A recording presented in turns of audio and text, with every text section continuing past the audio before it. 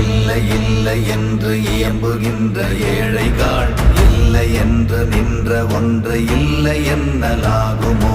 இல்லை அல்ல என்றும் அல்ல, இரண்டும் ஒன்றி நின்றதை எல்லை கண்டு கொண்டோர் இனி பிறப்பதிங்க